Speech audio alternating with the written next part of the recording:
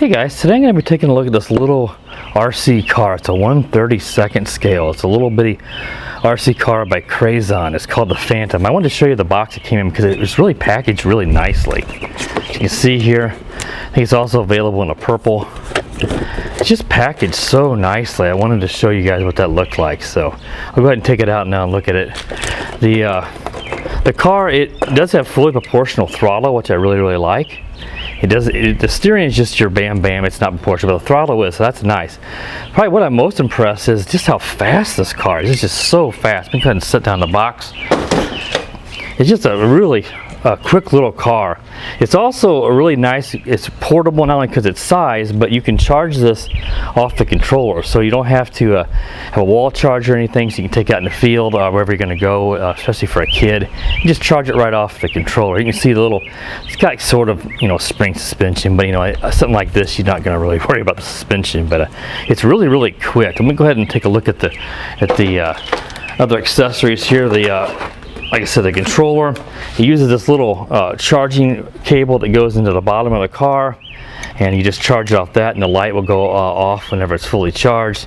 It's just a click course on the steering, because your throttle and your reverse and your brake right here. It takes 4 AA batteries. It also has these little, parking lot cones here you can put up for an obstacle course, so I'm going to put that up and here in the driver view so you can kind of drive around that. It comes with a little 1-cell lithium ion that goes right here in the packaging, and on the car it goes on the bottom. You just have to unscrew it, put it in there, plug it in, and then it charges here off this little bitty spot here where it's hard for me to show you with the box in my hand. Let me set the box down, but it charges right here.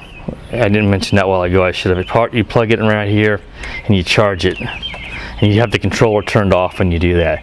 It doesn't take too long to charge up. I didn't get exact time, probably 15-20 minutes. So yeah, obviously you're going to run down your batteries and your controller a little quicker because you're charging off here, but it gives you the portability to take it out in the field and charge it wherever you are. You don't have to worry about any wall outlet or anything like that. So that should cover the basics on this car. Not a lot to go over, so let's go ahead and move along now to a driver view of it. Alright guys, so I have the Crazon Phantom, little 1/32 scale, very tiny little car out here. I got the cones set up, as you can see. There's 6 of them that come in the package, so it's kind of driving around those, and I'll show you how fast this. Like I said, this car is really fast for a car of this size. I'm surprised by it, and like I said, it has fully proportional. I can spit it out. Proportional throttle. So let's go ahead and we'll take it out here. Now, like I said, the steering is just bam bam either direction, so there's no proportional steering, but the throttle is, and that's actually kind of nice. Now it's not super sensitive, so it is kind of difficult to go slow. You have to just barely give it throttle. The throttle trigger is just not very sensitive. And there's full speed. Look at that thing. That is really fast. It doesn't have the greatest acceleration, but once it gets going, look at that. I was shocked by how fast this thing is. Considering that this thing is not very expensive, I mean, you're getting a really quick little car that's very portable, and it's very easy to charge it up with the controller. You don't have to worry about having a USB port or a wall outlet to charge it up. It's like a little dart, man. It gets going. Look at that. And that's why it's nice that it does have the fully proportional throttle, because you don't have to, going full speed with this thing around these cones is going to be difficult, as fast as this thing goes.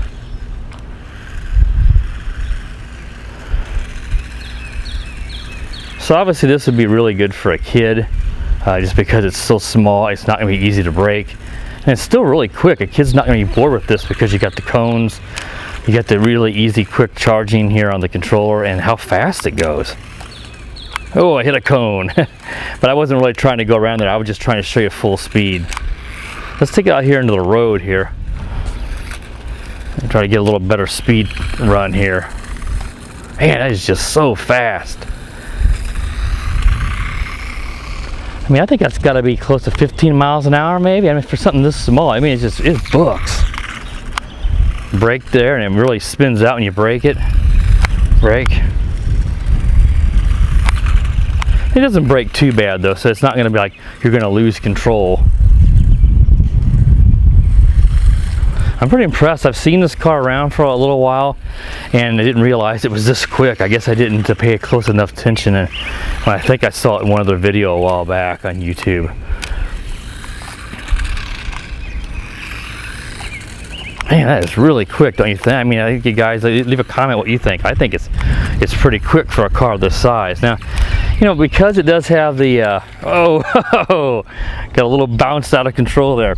Because it's got, you know, doesn't have fully proportional steering, you know, it's a little harder to control because of that, but not terrible. It's just you can't get that real precise steering. Now, it does have a throttle, steering trim here on the top, which you expect anytime the steering's not proportional, it's going to be that way. But I think it's pretty straight. I don't see any need to trim it up there at all. It goes in a nice straight line, which lots of times these cars like this, it's hard to get the steering to stay straight.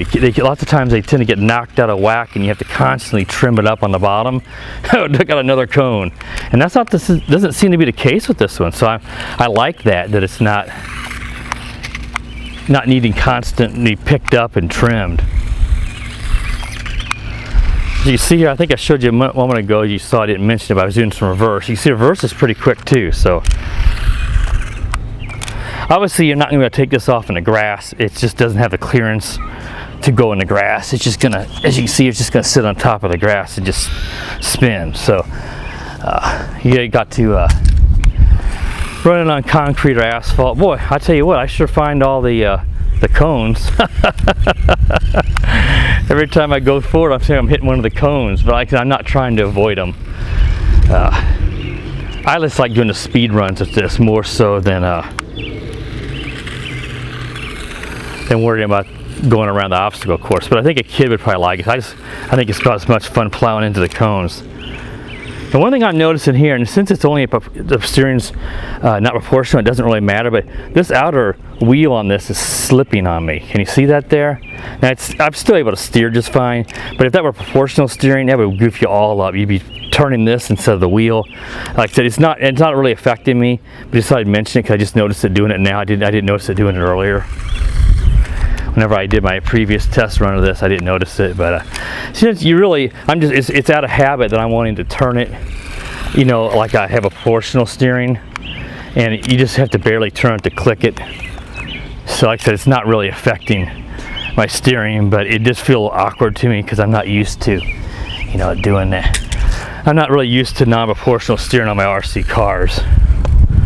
So I have several of these that do have non-proportional steering, but the ones I drive more often, of course, are the ones with a proportional steering. I think I flipped it over again. It gets going so fast that it just, you know, you can flip it over because it's going so quick. But I don't think this is going to be an easy car to break. It's so lightweight that it just bounces around. It doesn't have the momentum. You know, it's not going to easily bust if I run into a mailbox, you know, or something like that. But as you can see, it does. If you hit a big enough lip, like here on the curb or something in my house, in front of my house, it's going to flip over. You know, because it's so lightweight. But I don't have to worry about clipping a mailbox and busting a wheel or something like some of the bigger vehicles I have. Obviously, are much easier to do. Oh, there, that was pretty cool. And it back on its wheels again.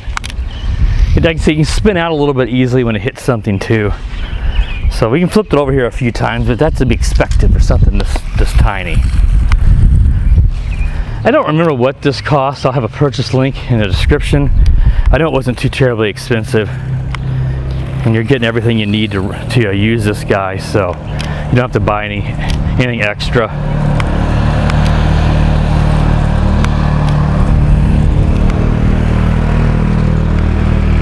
Got a four-wheeler going by us there, so there's no way I was going to be able to talk over that. Yeah, I live out here on the edge of my town, and people still ride their four-wheelers down the street. Nobody seems to care as long as they're riding them responsibly. Whoa, no, cool. I kept the throttle going and it was able to keep back on its wheels and continue going, so that was pretty neat. You could probably take this over, you know, a little bit of dirt, very fine, like a ball, like a baseball field dirt, something like that. But that's going to be about the extent of your off-road. Even though it's a buggy, it's going to have to stick to asphalt or concrete, you know, road, pavement. You're not going to take it off in the grass. You're not going to be able to take it in snow. You're not going to be able to take it through water. It's not, it doesn't mention anything about being waterproof. So I would keep it, wet pavement will be okay, but I would not, don't take it through any water puddles or anything like that. So, you know, there's not a whole lot to show you, except for I want to, you know, obviously see how it handles, but also the speed. I'm really impressed with the speed of this. This would be great for like a, you know, a 6-year-old boy or even a girl. I know my 7-year-old daughter would certainly love this. Even my little baby girl would probably like this. I haven't shown it to her yet, but just really quick. It comes with everything you need. Charges off the controller. So, you know, hey, what can you say? I think it's a pretty cool little product, and I actually like it quite a bit. So that should wrap it up, guys. Hope you guys, you know, are having a good day, and we'll see you soon. The power of the dark side.